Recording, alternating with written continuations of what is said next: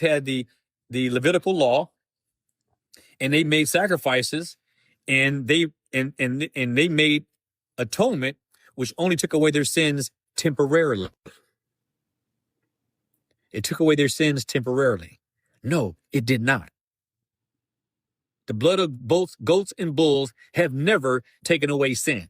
Ever. Ever. And you need to understand the theological implications of that statement. Because it sounds innocent. Yeah, they offer these animal sacrifices, but all that did was temporarily atone. No, it didn't temporarily atone.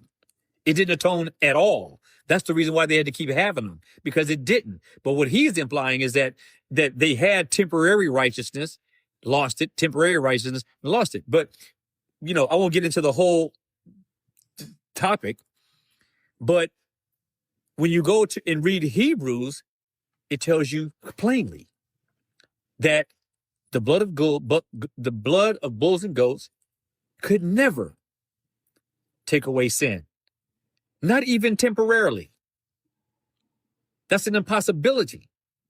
And even in Hebrews, it tells you that if it could, it would have continued. But because it could not, it had to cease.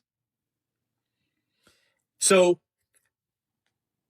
these people that call themselves Christians, what they do is they slip you a Mickey, and next thing you know, you're falling into this cult. Because there's something they're going to say that's going to appeal to you. What's a Mickey? Something you put in a drink. And get somebody all, you're probably too young to know what that is. Drug your drink or something like that, and you pass. Oh, yeah, I know what you're talking about. That was an old school term for that one. Yep. Brother Pat. Brother Pat, you there? Thing about the tears and the sorrow that we were talking about before. Nobody likes. I'm thinking about when I was a kid and I did something wrong, and the most terrifying words that my mom could tell me is, "We'll wait till your dad gets home and hears about this," right? And that's with a loving parent. And I want people to consider this. Imagine going before a judge who's your enemy and not your friend. Mm-hmm. That's terrifying. Right. You're in big trouble. It is. It really is. And so, you're right, brother. It really is. But getting people to understand that right now, and it's not about how do we do that. It's that we just preach the gospel. That's it. Let God do the rest. We just let people know and not get, it makes you emotional. And so that's normal, but we have to just do it and be as aggressive as the person we're talking to will allow. And hopefully they can be persuaded. Brother Rodney, go ahead. No, just a little humor, because you were talking about the collab, and then you mentioned the Mormons, and one of my first jobs was at the great Chick-fil-A, but this is before standalone stores, like they were in the malls only, so I think they had more of a divine. But I would literally get written up if I even made a mistake and said thank you. You're welcome. The whole my pleasure thing. And so as I was looking up the definition and stuff, as you said, it just kind of made me laugh a little bit. So I was just like, I wonder if that had anything to do with us being off on Sundays, because I promise you, Saturday night, the rest of the food court could not stand. They're like, why are they cleaning up so much? Because we'll see you guys on Monday while you guys are in here holding them all down on Sunday. So it just made me wonder if that had anything to do with it. That's all. So. Yep. This is Lisa. Did I miss you? Nope, you got me. All right. Savannah, anything you want to add? Yeah, I was just thinking about when you said that I'm trying to word this correctly, but because because you said that the people that get sent to hell will take on the fullness of God's wrath, right? Right. But like I thought God's wrath was appeased when Jesus Christ died on the cross. It was for his people. Oh, okay.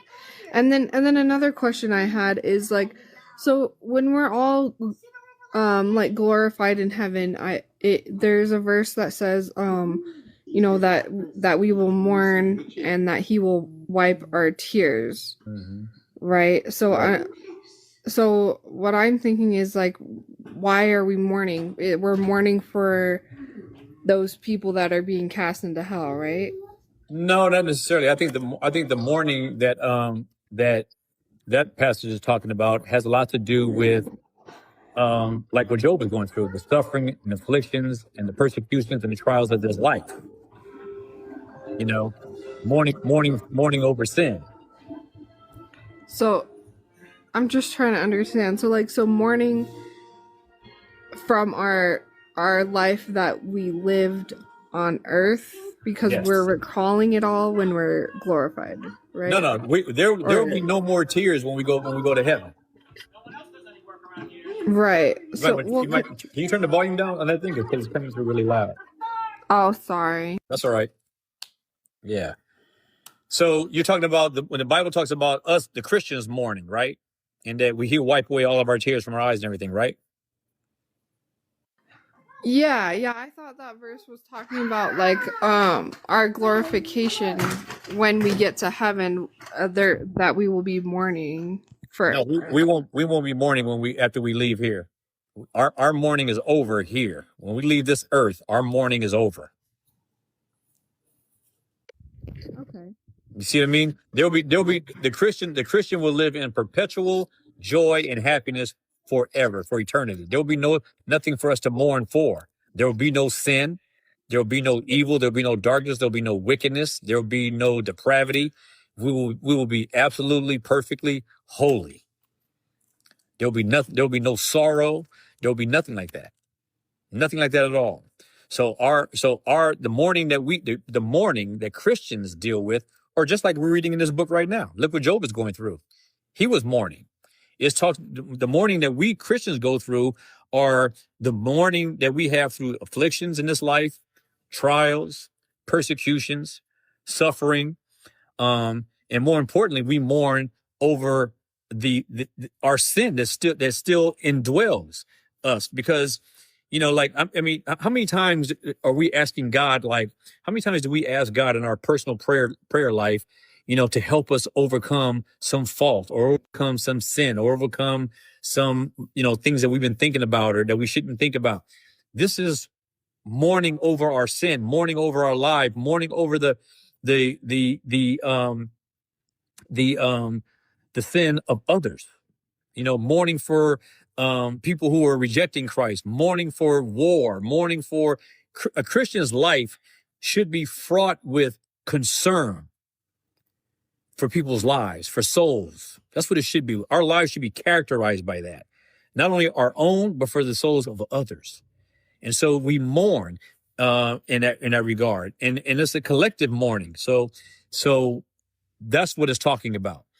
But when we die, when we go to be with the Lord, there will be no more mourning. There will be no more tears, no more crying, no more sorrow, none of that. That's all that will be gone forever. Can't imagine it. I do have a question. Sure. So, like, when we die, we don't have glorified bodies yet because there's one resurrection.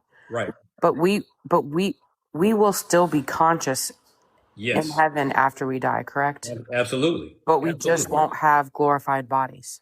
Right. Okay. Absolutely. That's what I thought. I didn't want to get that wrong. You know where one of the places I start, because usually because I have always, and this is something I've always done as a Christian. So like, when I find something in the Bible that is consistent throughout the Bible, what I will do is I'll start with one verse, the anchor verse, and then, that I call the anchor verse. And then I write next to that verse, the next verse that supports that says that same thing. And then when I go to that verse, I write the next verse there. And that's how I began to develop memory over where everything was. And so it would be easy because I could open my Bible at one point and say, okay, we're talking about the atonement or perseverance or resurrection or whatever. I go to the first verse. I only have to remember the first one because I go to the first one and write in the margin, I would write down the next one. And then I flip the pages and go. And then over time, that's how I train my mind to remember, these passages. Now, my point in this was, like the question you just asked, Meg, was about, do we, are we conscious after we die, but before resurrection? And I always start with Mount of Transfiguration, because those weren't ghosts. You had Moses there and Elijah. They were really there. And so when you look at those passages, you have to address them. You said nope, Meg. Yeah, I said no, they weren't ghosts. You're right. Oh yeah. They weren't ghosts. They were actually really there, but they weren't in physical bodies. But they were there, and Christ knew who they were, and the apostles, James, Peter, James, and John. Peter, James, and John. They were there. They knew, and they were talking with them. Imagine that. They were alive. Now, Enoch, we know, was taken up in his body, but we know he's not in his body now. But now this is another subject, but I'll say this. We know that Elijah and Enoch were both taken up into glory without dying. Now, this is another study, but I'm going to lay it out to you anyway. They were what the Bible calls being translated. They were translated. So when they were taken up, they were translated in such a way that their body could endure space or whatever it is they went, but they were translated. And so when people talk about the rapture, that's what that is talking about. The translation, being translated from your physical body to your incorruptible body. So the big deal that people make on translation has nothing to do, is not necessarily about the event. It's about what happens to the body. So when you read, the one part of the one verse where rapture is not the word that's used, but snatched away, it is speaking about the translation. You being translated. There's a spiritual translation, which is when you are converted and brought into the body of Christ. And then there's that ultimate final translation when you put on the glorified body. That's called the translation, being translated. So I hope that makes sense. But if it doesn't, I'll try to make it make sense in one of our other studies coming up this year, hopefully. But does that make sense to everybody who's listening? Yeah, absolutely. Okay. I'm now you're gonna make me go into it before then. Yeah, so really get a hold on that whole idea of what translation is, because that's the part that will explain what rapture is really supposed to be about, or it's being snatched away. It's being translated. That's what it is.